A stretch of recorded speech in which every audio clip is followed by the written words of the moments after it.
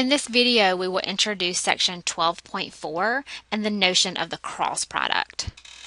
Previously, we've defined one notion of multiplying a vector by another vector, the dot product. In this section, our goal is to learn about a second notion of multiplying a vector by another vector called the cross product. Before defining the cross product, we must discuss determinants, beginning with the determinant of order 2. Given a 2 by 2 matrix with entries A, B, C, and D, we define the determinant of the matrix to be A times D minus the product B times C. For example, consider the matrix with entries 3, 2, -1, 4. Then the determinant of this matrix is 3 times 4 minus 2 times -1. So we have 12 plus 2, or 14. The determinant of a 3 by 3 matrix is a bit more complicated. We will work our way across the first row of this matrix. We start with the first entry, A1. We eliminate the row and column containing A1 and compute the determinant of the 2 by 2 matrix that remains. Then we move to the second entry in the first row, A2. We eliminate the row and column containing A2 and subtract A2 times the determinant of the 2 by 2 matrix B1, B3, C1, C3. Finally, we move to our third entry in the first row, A3. We eliminate the row and column containing A3 and add A3 times the determinant of the 2 by 2 matrix B1, B2, C1, C2. The biggest thing to remember during this process is that we will subtract the second term. Let's look at an example. Here we have a 3 by 3 matrix and we will work across the first row. We start with the first entry, 2. Eliminating the row and column containing this entry, we will multiply 2 by the determinant of the matrix 2, 3, 0, -4. Next, we will move to our second term and eliminate the row and column containing 1. We will subtract 1 times the determinant of 0, 3, 1, -4. Finally, we will move to the third term in the first row and add -1 times the determinant of 0, 2, 1, 0. Therefore, we will have 2 times -8 minus 0 minus 1 times 0 minus 3 plus -1 times 0 minus 2.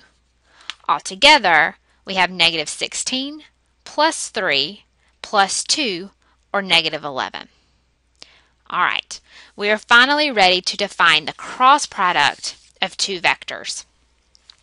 Suppose A is a vector in R3 with components A1, A2, A3, and B is a three-dimensional vector with components B1, B2, B3.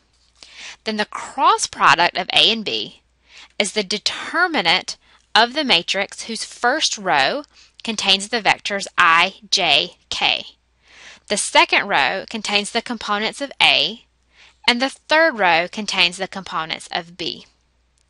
Working our way across that top row, we'll have I times the determinant of A2, A3, B2, B3, minus J times the determinant of A1, A3, B1, B3, plus K times the determinant of A1, A2, B1, B2.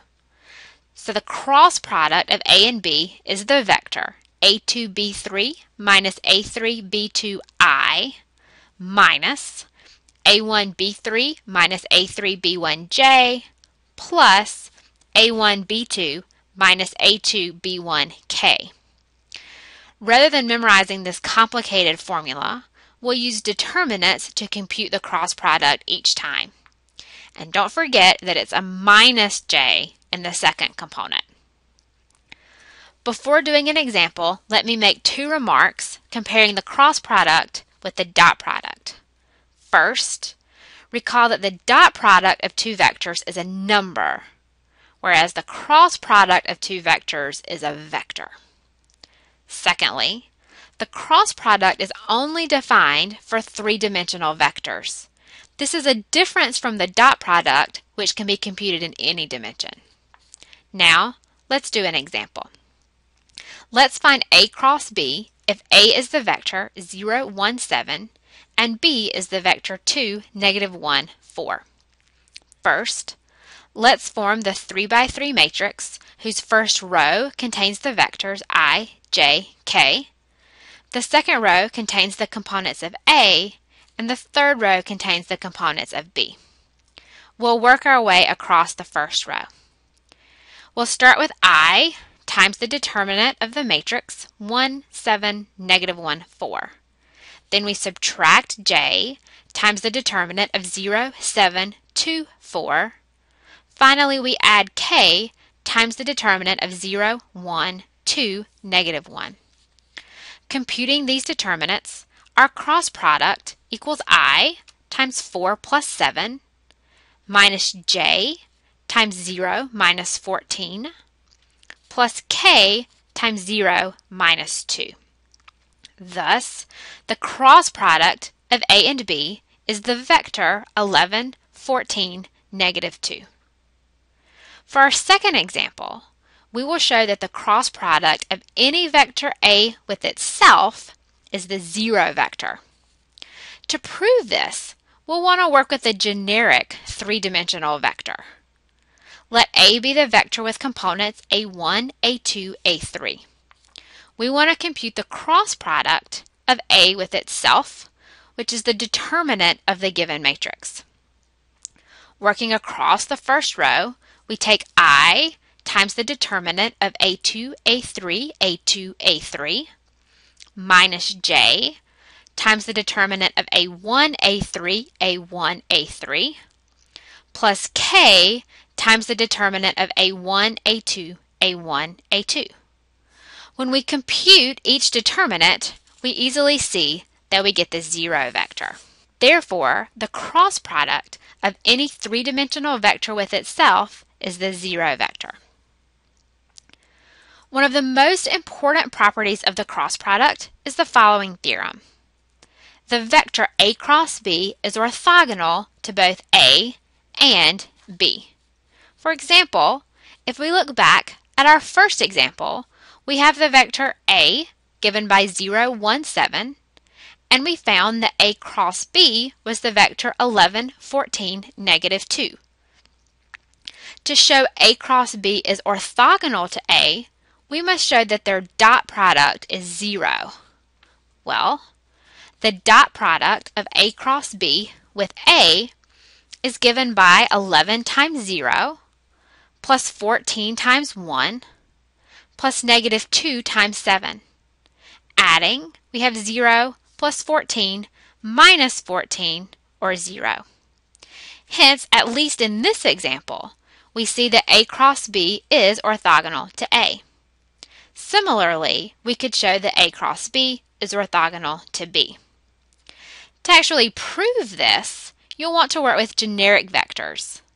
Let A be the vector A1, A2, A3, and B be the vector B1, B2, B3. To prove the theorem, compute A cross B, and then take the dot product of A cross B with A to show that you get 0. That's all for our introduction.